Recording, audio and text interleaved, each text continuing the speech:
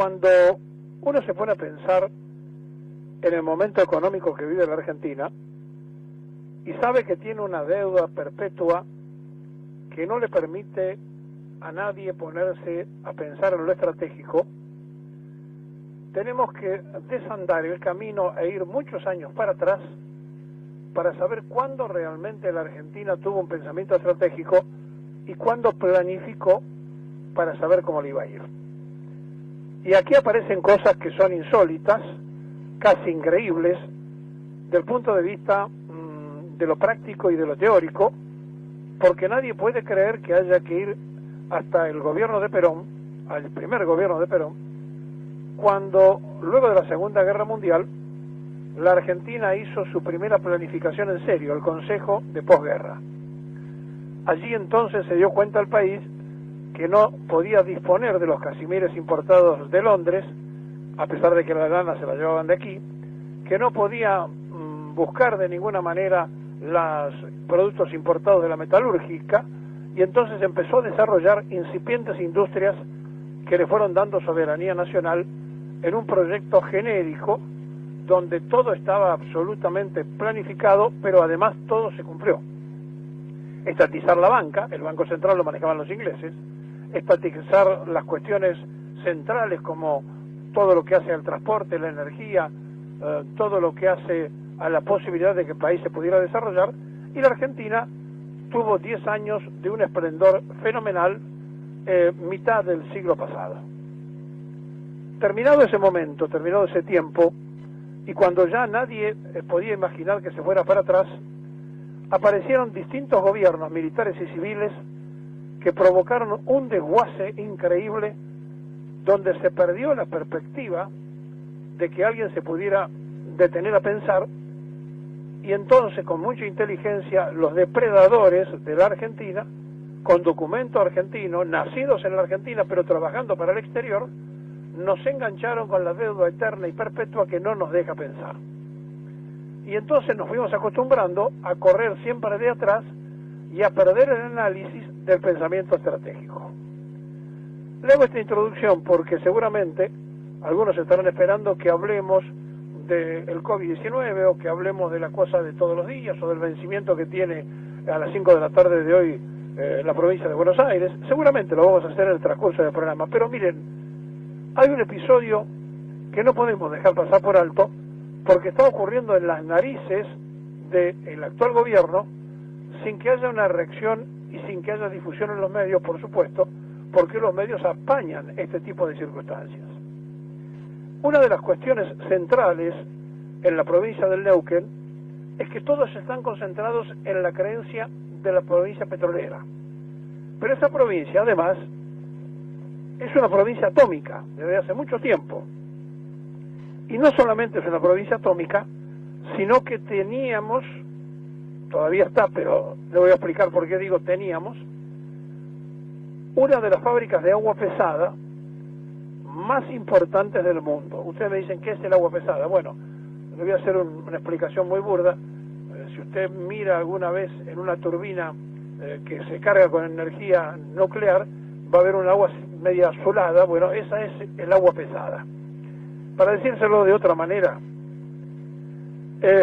a ver, está ubicada la planta de agua pesada más importante del mundo, está ubicada en Neuquén, en la margen neuquina, para ser más claros, en el embalse Arroyito, y está en una inmensa instalación química que es tal vez el activo físico nuclear más valioso que todavía le queda a la Comisión Nacional de Energía Atómica, a la CNEA.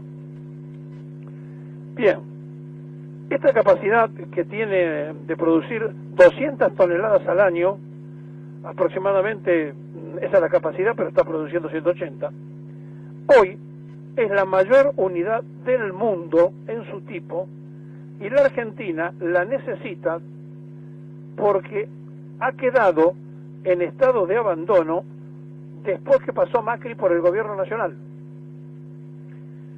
Hasta allí es una más de la que hizo el macrismo. ¿A quién le interesa que Argentina no provoque ni fabrique agua pesada? A Estados Unidos, a China, porque después ellos terminan suministrándonos, pero además el agua pesada es esencial para el desarrollo atómico, incluyendo para la bomba, para que entendamos de qué estamos hablando. Bueno, esta capacidad de producción, durante la administración de Macri, bajo la dirección de un sociólogo, Juan Gadano, que nombró a un ingeniero que ahora vuelve a aparecer en escena, y nadie sabe quién lo puso, que se llama, y ahí viene la discusión, porque la gente está absolutamente preocupada, por lo menos los científicos que trabajan en esto, por la aparición de vuelta de quien durante la administración de este sociólogo, el ingeniero Biasusta tuvo 2 cargos y 2 sueldos. Fue gerente de empleo, asociados de la Casa, y presidente y vicepresidente de la empresa neuquina de servicios industriales, la empresa mixta con que la CNEA, la Comisión Nacional de Energía Atómica, y el Estado neuquino administran la unidad de producción. Bien, ¿cómo funciona esto? El gobierno de Neuquén tiene el 51% de las acciones, el 49% lo tiene la Comisión de Energía Atómica, que es la única que se ocupa. El gobierno de Neuquén está preocupado por el petróleo, le da muy poca importancia a esto que tiene un valor significativo fenomenal.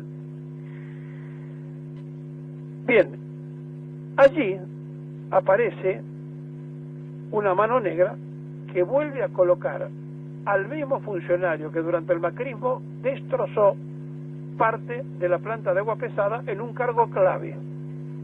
¿Quién lo puso? ¿Por qué se permite que vuelva? ¿Quién está detrás de esta maniobra? Y entonces allí empezamos a deambular en la búsqueda de explicaciones y nos vamos a encontrar con que esto afecta decididamente a intereses internacionales, pero esencialmente a 3 de nuestras productoras de energía, las plantas que están manejadas por energía atómica, a la que hay que sumarle los problemas que podemos tener con el tema hídrico que se está produciendo por el desastre que está haciendo Brasil, que ha provocado una tremenda sequía, aguas arriba del Paraná, para plantar soja. Es decir, han hecho un desastre, han desmontado medio Brasil, cambiaron el régimen de lluvia, tienen poca agua en el Paraná, las represas de los brasileños las retiene para ellos, y nosotros corremos riesgo de tener graves inconvenientes eléctricos en poco tiempo, pero además le tenemos que sumar que las otras centrales, las que se manejan con energía atómica, podrían no tener agua pesada y podrían no funcionar. Entonces uno se pregunta, para no abundar en este momento y después lo vamos a desarrollar, uno se pregunta, ¿existe el pensamiento estratégico en la Argentina? ¿Hay quienes se dediquen a pensar el país 20, 30 años para adelante? No. Solamente pensamos el día a día, porque estamos y vivimos angustiados porque nos inventaron la deuda de la dependencia para que no podamos pensar. Por eso Perón nunca se hizo socio del Fondo Monetario Internacional, y por eso, después de haber tenido aquel consejo de posguerra, la Argentina hizo el primer plan quinquenal, el segundo plan quinquenal que se lo dejaron trunco, y lo trató de completar en la tercera presidencia con el plan trienal. No es que planificó, desarrolló y cumplió. El desarrollo atómico de la Argentina, en época de Perón, fue hasta burlado y saboteado por la Marina Argentina, la Armada Argentina, que respondía a órdenes de Londres, a través de las logias masónicas que estaban adentro del propio gobierno. Sin ir más lejos, el contraalmirante Tesser, que fue elegido vicepresidente de la República cuando murió Hortensio Quijano por el voto popular, pertenecía a una logia de libres aceptados masónicos y terminó traicionando a Perón. Bueno, aquello fue cuando se empezó a desarrollar en la isla Huemul todo un escándalo diciendo la mentira de Perón de la energía nuclear embotellada y demás. Bueno, se puede llegar a la discusión del desarrollo atómico por ficción o por fusión. El mundo había elegido un camino, nosotros otro. Resulta que 40 años después, dijeron los científicos del mundo, se podía llegar por cualquiera de las dos formas. O sea que no estaba Argentina fuera del planeta, sino que al revés estaba en avanzada. ¿Por qué? Porque terminada la Segunda Guerra Mundial, los alemanes, que tenían a los que estaban a la vanguardia del desarrollo atómico, se los llevaron los rusos con un revólver en la cabeza, los norteamericanos con los dólares, y en la Argentina vinieron por voluntad. La diferencia fue que aquí eligieron ellos venir, a los demás lugares se los llevaron, y no podían aceptar que los que vinieron acá le están mandando a la Argentina un desarrollo atómico que era simplemente una decisión política. Estamos hablando, fíjense ustedes, antes del 50, de tener la bomba atómica, que eran 2 países en el mundo o 3 que lo tenían. Esto que está pasando con Neuquén, esto es lo que está ocurriendo con la reiteración del nombramiento del mismo personaje que la desguazó en el gobierno de Macri. Alguien lo puso. ¿Quién lo nombró?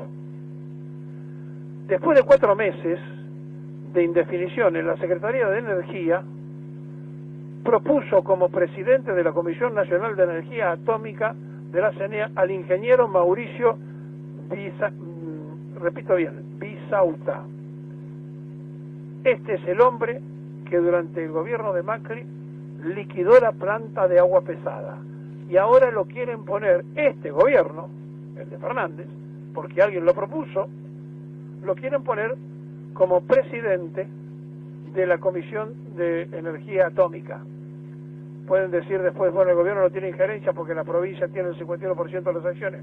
Sí, pero tiene un teléfono para hablar. De manera tal que en el plano estratégico nosotros no queremos dejar pasar estas cosas, porque la Argentina postrada, la Argentina donde ahora empieza la versión de que también, como en España, le compramos a los chinos tiritas que no sirven para el control del COVID-19, pero resulta que para comprarle al gobierno chino directo no se puede comprar porque no venden, porque ya no dan abasto, y entonces se terceriza y pasan por 3 y 4 manos, y después venden cosas que están fuera de servicio, disfrazados de empresa privada, y diciendo al gobierno chino no tenemos nada que ver. Bueno, ¿saben qué es el pensamiento estratégico? Lo que anunció el presidente el otro día, cuando dijo que estamos para poder fabricar nosotros nuestro propio control del COVID-19. Bueno, el presidente dijo que se estaba esperando que se aprobara. No, ya se aprobó, tiene marca, tiene nombre, se los comenté el viernes, y evidentemente la Argentina está en condiciones de ponerse a hacer pensamiento estratégico si es que se dan cuenta los que tienen la posibilidad de decidir que esto ocurra, que la Argentina post pandemia tiene que tener un cambio de matriz, tiene que tener pensadores para lo inmediato y para lo mediato, pero que no puede ocurrir esto que está ocurriendo, que hayan congelado por decisión del Poder Ejecutivo Nacional por 180 días los nombramientos, que las terceras líneas sigan siendo del PRO, y lo más grave, que quieran poner al frente de la comisión a alguien que destrozó el tema de aguas pesadas y que hizo que se fueran una enorme cantidad de científicos, quedando nada más que reducido a 100 cuando había 400 personas trabajando en esa planta de agua pesada. Es de prioridad que estas cosas no se desatiendan. Ahora, alguien las pone, alguien influye, y no vengan con la excusa de que no es jurisdicción del Poder Ejecutivo Nacional. El pueblo que votó a Fernández no votó para que siga Macri. Hagan lo que tienen que hacer antes que sea tarde.